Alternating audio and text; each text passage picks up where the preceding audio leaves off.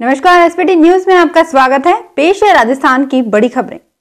कांग्रेस में अब विधायकों को भी मंत्रियों की तर्ज पर जन सुनवाई करने का टास्क मिलेगा।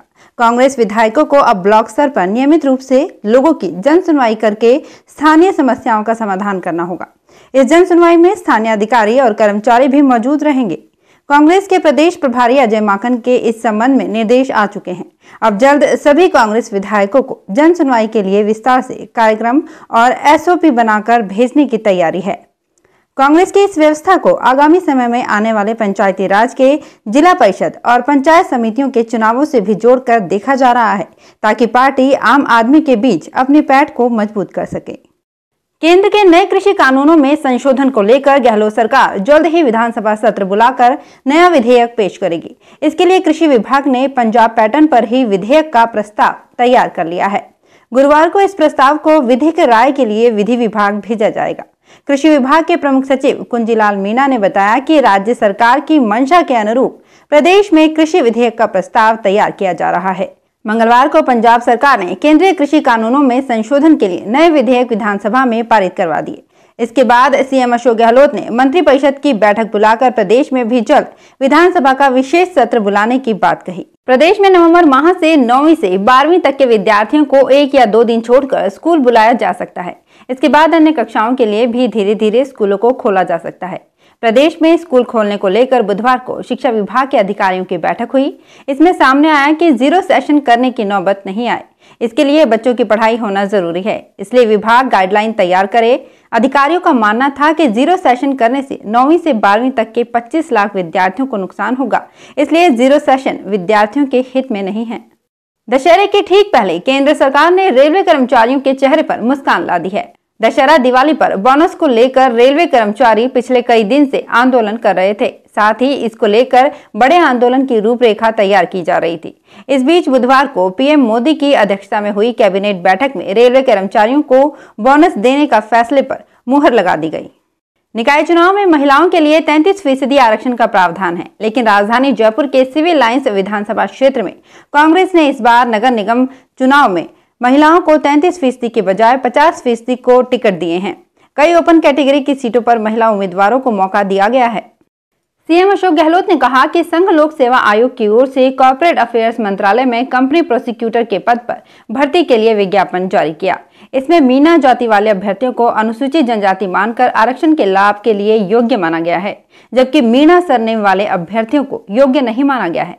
राजस्थान में मीना और मीणा दोनों सरनेम वाले लोगों को अनुसूचित जनजाति प्रमाण पत्र जारी किए जाते रहे हैं। इस मुद्दे पर उच्च न्यायालय में भी कई रिट याचिकाएं डाली गई, जिस पर मुख्य सचिव राजस्थान सरकार ने शपथ पत्र देकर स्पष्ट किया कि मीना और मीणा दोनों एक ही जाति है, इनमें केवल स्पेलिंग का अंतर है। सीएम ने कहा कि राजस्थान में इस मुद्दे पर कोई विवाद नहीं है। राज्य सरकार केंद्र को इस मुद्दे पर स्पष्टीकरण जारी कर मीना और मीणा एक ही मान इस विवाद को खत्म करने के लिए फिर से पत्र लिखेगी। राजस्थान हाउसिंग बोर्ड आने वाले समय की आवश्यकताओं और मांग को देखते हुए भविष्य में बनाए जाने वाले बहुमंजिला भवनों को ग्रीन बिल्डिंग कॉन्सेप्ट बनाया जाएगा। Housing board commissioner Pawan Arora ने बताया कि इसकी शुरुआत जयपुर में मुख्यमंत्री जन आवास योजना के तहत प्रताप नगर तथा इंदिरा गांधी नगर योजना में बनने वाले भवनों और मुख्यमंत्री राज्य कर्मचारी आवासीय योजना व all India services residency Pratap Nagar के भवनों को ग्रीन बिल्डिंग कॉन्सेप्ट पर बनाई जाएगी। राजस्थान रोडवेज बसों के बिगड़े एवरेज को सुधारने के लिए अब नई कवायद शुरू की गई है। इसके लिए बसों में व्हीकल ट्रैकिंग सिस्टम लगाया गया है। अब मुख्यालय पर बैठे हुए अधिकारी आसानी से बसों की निगरानी रख सकेंगे। इसका उद्देश्य बसें बेवजह रूटों पर नहीं जाने के साथ ही बढ़ते डीजल के दामों की वजह से एवरेज को सुधारना बताया जा रहा है। जानकारों की माने तो लॉकडाउन के दौरान रोडवेज के पहिए थमे रहे। अभी तक घाटे की पूरी तरह से भरपाई नहीं हो रही है। ऐसे में सिस्टम से घाटे को पूरा करने की कवायद शुरू की गई है। उत्तर पश्चिम रेलवे की 43 ट्रेनों सहित पूरे भारत में सभी जोनों की 342 पैसेंजर ट्रेनों को रेलवे की आने वाली समय सारणी में एक्सप्रेस में बदला गया है। दरअसल रेलवे ने 20 अक्टूबर को एक आदेश जारी करके पूरे भारत में चलने वाली सभी जोनों की कुल 342 ट्रेनों को पैसेंजर से बदलकर एक्सप्रेस ट्रेनों का दर्जा दे दिया है। यानी अब इन ट्रेनों का किराया एक्सप्रेस का लगेगा। रेलवे संपत्ति की चोरी में रेलवे सुरक्षा बल ने 3 आरोपियों को गिरफ्तार किया है। रेलवे सुरक्षा बल ने आरोपियों को रेलवे कोर्ट में पेश किया तो कोर्ट ने आरोपियों को सेंट्रल जेल भेज दिया। जयपुर जंक्शन की रेलवे सुरक्षा बल के निरीक्षक राजकुमार शर्मा ने बताया कि 20 अक्टूबर की रात को 3 आरोपियों ने 62 मीटर इलेक्ट्रिक कॉपर वायर और पटरी के 30 नग पेंडल क्लिप की चोरी की वारदात को अंजाम दिया था। राजस्थान के मुख्य सचिव राजीव स्वरूप की अध्यक्षता में 7वीं आर्थिक गणना 2019 के सफल क्रियान्वयन एवं संचालन के लिए गठित राज्य स्तरीय समन्वय समिति की दूसरी बैठक सचिवालय में आयोजित हुई। इसमें सीएस ने राज्य स्तरीय समन्वय समिति की 13 अगस्त 2019 को हुई। आयोजना विभाग सचिव सिद्धार्थ महाजन ने बताया कि आर्थिक गणना का कार्य 2 चरणों में शुरू किया गया था।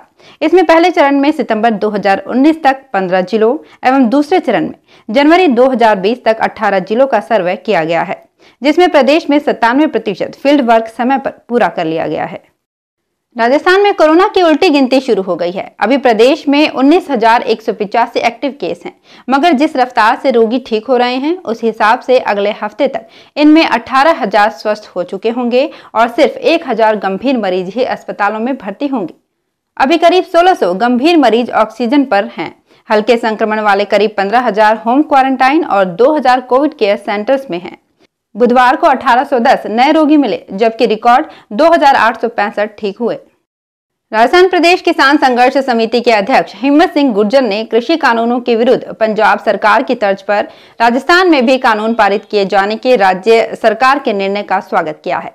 उन्होंने इस कानून में न्यूनतम समर्थन मूल्य से कम पर फसल की खरीद करने पर 3 वर्ष की सजा एवं जमाखोरी करने वालों के खिलाफ सख्त कार्यवाही का प्रावधान करने की मांग की है।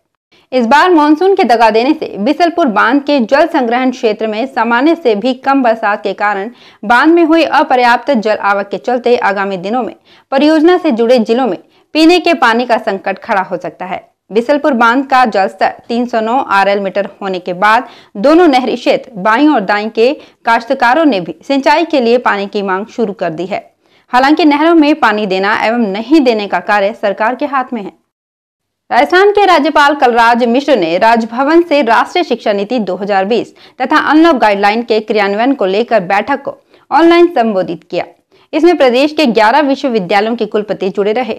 राज्यपाल कलराज मिश्र ने कहा कि राष्ट्रीय शिक्षा नीति 2020 को व्यवहारिक रूप से लागू करने में राजस्थान अग्रणी बने। उन्होंने विश्वविद्यालयों के कुलपतियों को नई शिक्षा नीति के बिंदुओं का बारीकी से अध्ययन कर उसे लागू करने और उसी के अनुरूप प्रदेश में भविष्य की शिक्षा का स्वरूप निर्धारित करने का भी आह्वान किया। तो फिलहाल इस बुलेटिन में इतना ही, फिर हाजिर होंगे कुछ और बड़ी खबरों के साथ। एसबीटी न्यूज के वीडियो देखने के लिए हमारे चैनल को सब्सक्राइब करें और नोटिफिकेशन पाने के लिए बेल आइकन पर क्लिक करें। धन्यवाद।